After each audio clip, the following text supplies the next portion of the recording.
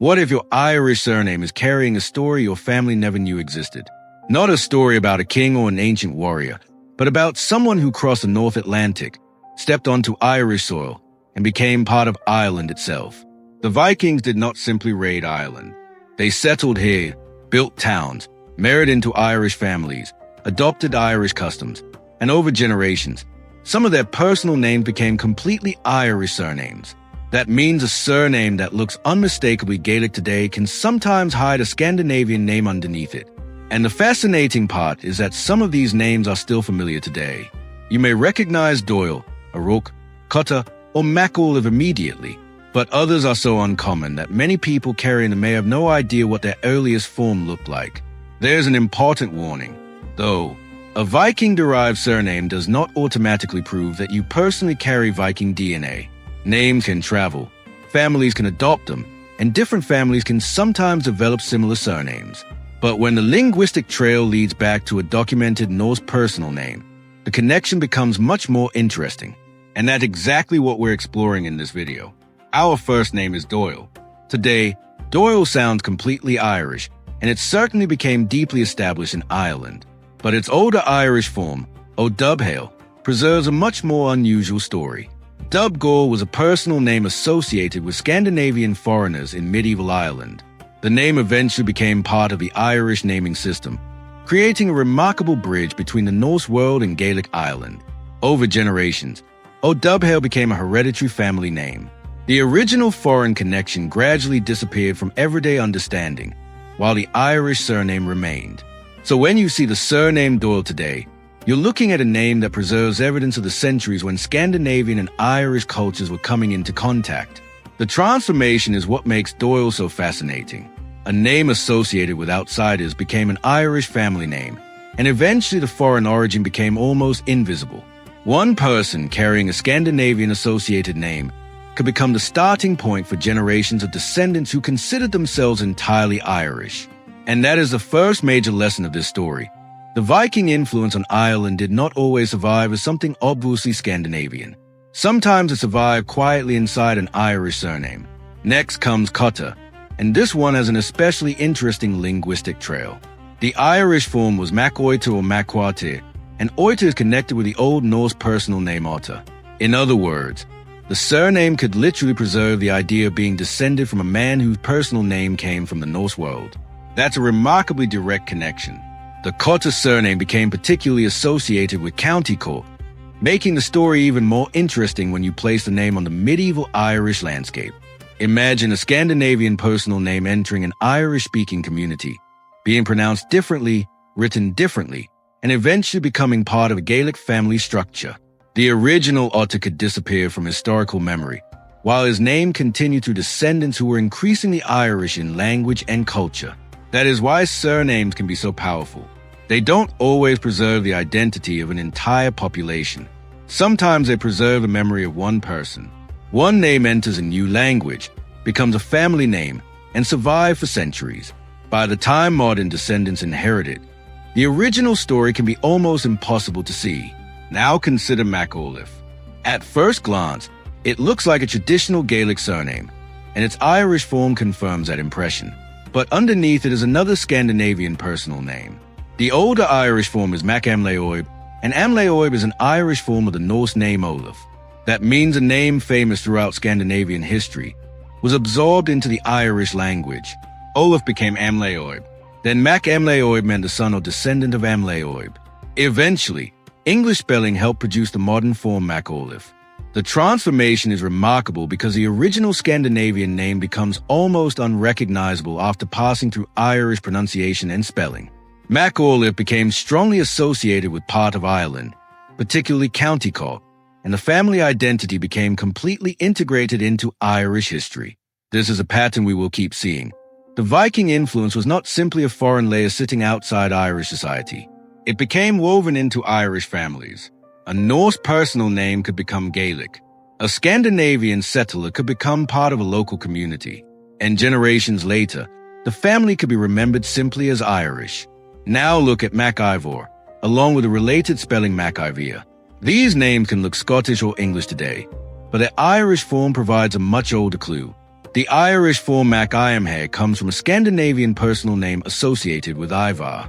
The name entered Gaelic usage and was reshaped by Irish pronunciation that eventually produced a patronymic, meaning the son or descendant of Evo. From there, different spellings emerged as the name passed between Irish and English records. This is why modern spelling can sometimes be misleading in genealogy. A single ancestral name can produce several different forms over the centuries. Mac Ivor, Mac Ivia, and related spellings may look different today, but their older forms can point toward the same broad naming tradition. If you find one of these names in an old family document, don't immediately assume the modern spelling tells the whole story. The Gaelic form may reveal something the later English spelling has hidden. And this is one reason serious surname research goes beyond simply searching a modern family name. You need to discover the oldest form you can find. Now we reach O'Rourke, a surname that became deeply associated with Gaelic Ireland. The Irish form is O'Ruaig, and its personal name history reaches back toward an older Scandinavian name.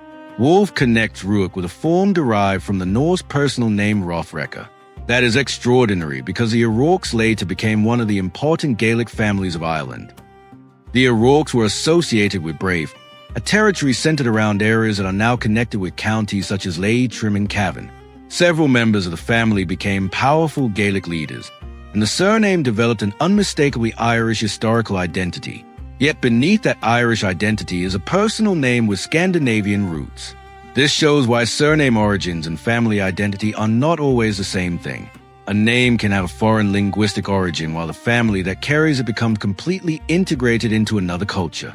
The O'Rourke story therefore isn't simply about Vikings becoming Irish. It's about how names, languages, political identities, and families change over generations. By the time someone heard the name O'Rourke in later medieval Ireland, the dominant association was not necessarily Scandinavia. It was a powerful Gaelic family, and that's exactly what makes the surname so interesting. The Scandinavian clue survives inside a name that became thoroughly Irish. Next is Laughlin. The older Irish form, Lachlan, is connected with the Irish naming tradition associated with the Northmen. Lachlan became a personal name in Ireland, and from it came surname forms such as MacLachlan and O'Loughlin. Eventually, English spelling produced forms including MacLaughlin, McLaughlin, O'Loughlin, and Laughlin. The important point is that the modern spelling can hide how old the underlying name really is. What looks like a familiar Irish surname today once existed as a personal name connected with the northern world. The name was absorbed into Irish usage and became part of Irish family history. Over time, the foreign association became less obvious while the Irish identity became stronger. And this also reminds us that not every person with a modern surname necessarily descends from one single medieval ancestor. Different families could develop related forms independently. So a surname gives you a historical clue, not an automatic family tree. To prove your own ancestry, you still need records connecting your particular family through the generations. But as a linguistic clue, Laughlin is fascinating. It shows how the memory of the Northmen could become embedded inside the Irish naming system itself. And now we've reached the midpoint, where the bigger picture becomes important. You might imagine Vikings arriving in Ireland, keeping their Scandinavian names, and simply passing those names unchanged to their children. But that's not what happened. Names changed. Pronunciation changed. Spelling changed. People changed. A Norse name could become an Irish name. A Scandinavian personal name could be reshaped by Gaelic speakers until it sounded completely natural in Ireland. A Norse settler could become a neighbor. A neighbor could become part of a local family. And eventually, the descendants could be culturally indistinguishable from everyone around them. So don't look for a surname that still sounds like the name of a Viking warrior. Look for the linguistic footprints left behind after the name entered Ireland. That's where the next surnames become especially fascinating, because some of their Scandinavian origins are hidden almost completely beneath Irish spelling. Consider Harold, or the Irish O'Harold form. The Irish name Harold is connected with the Norse personal name Haraldr. Haraldr was a well-known Scandinavian personal name, but after entering Irish usage, it could be adapted into forms that sounded much more Gaelic. The name eventually produced forms including O'Harold, while English records helped create the forms Harold and O'Harold.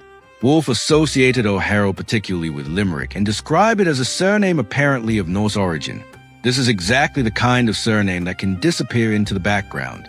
Modern ears may hear Harold and immediately think of England or English history. But an Irish Harold family may preserve a much older Scandinavian personal name that was absorbed into Irish naming traditions. The story isn't about a family remaining permanently foreign. It's about a foreign name becoming Irish. And that distinction matters. The origin of a word does not determine the complete identity of every person who later carries it. Now we move into rarer territory with Browder. The Irish form of Bruade is connected by Wolf with a Norse personal name Broda. This is the kind of surname most people would never immediately associate with Scandinavia. Yet its older linguistic trail points toward the Norse world. And the surname became established in several parts of Ireland, with historical family associations recorded in places including Kilkenny, Galway, Donegal, Wexford, and Cork. That doesn't mean every modern Browder descends from one single medieval individual. It means that the surname tradition became embedded in multiple Irish family lines. A Scandinavian personal name entered Irish usage, was reshaped by Gaelic pronunciation, and eventually became an Irish hereditary surname. The modern spelling hides almost all of that history. That's what makes Ray's surname so rewarding to investigate. Sometimes the less familiar the name looks, the more interesting the older record become. Now consider Sigurdsson.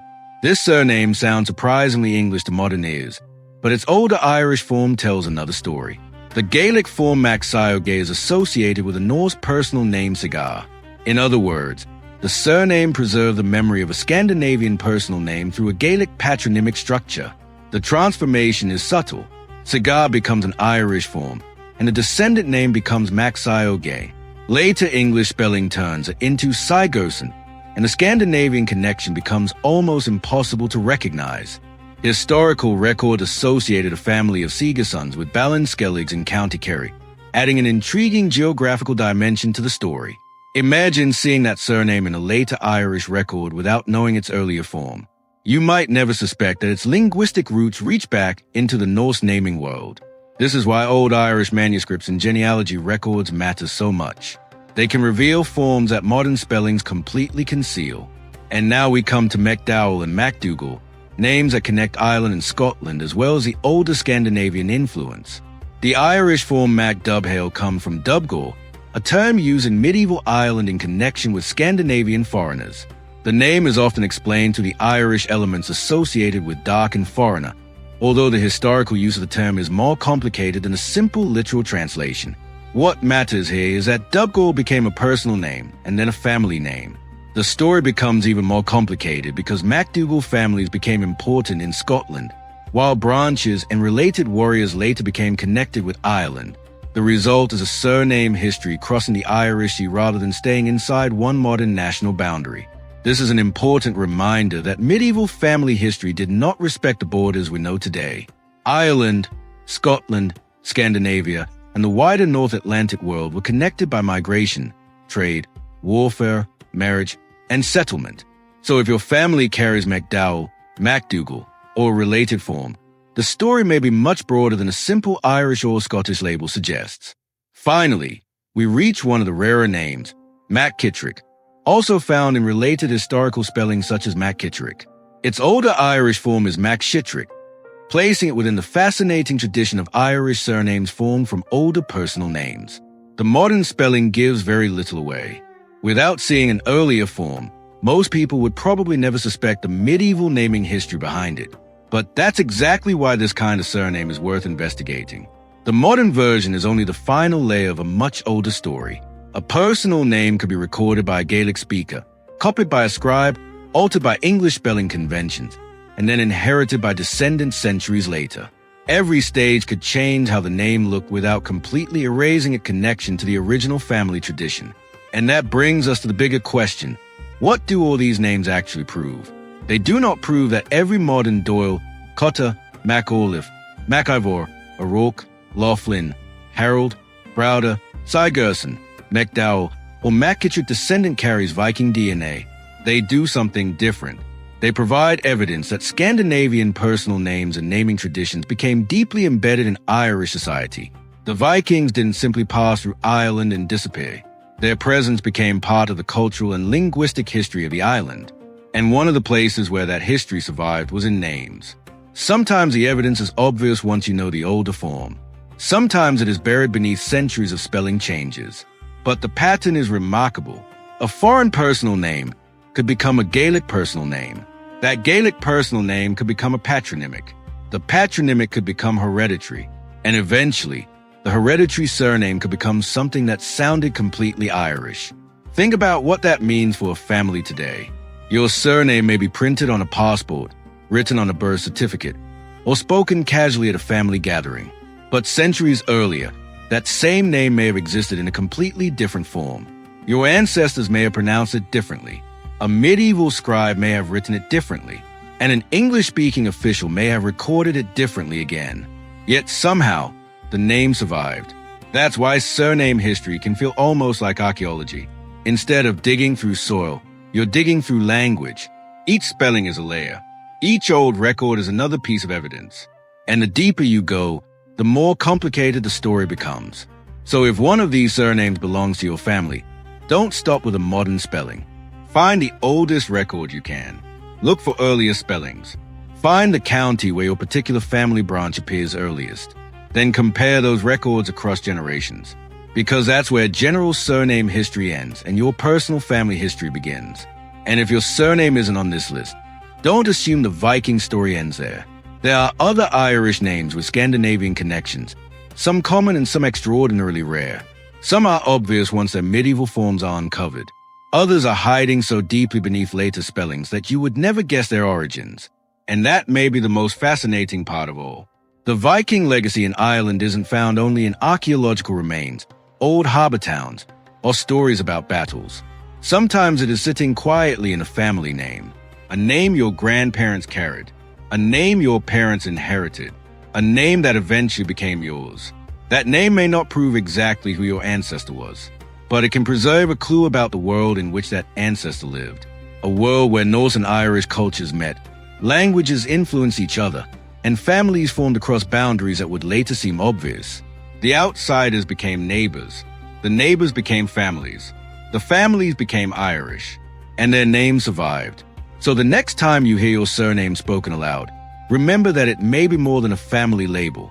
It may be a linguistic fossil, a fingerprint left behind by centuries of history, a tiny surviving piece of the moment when two worlds met on Irish soil.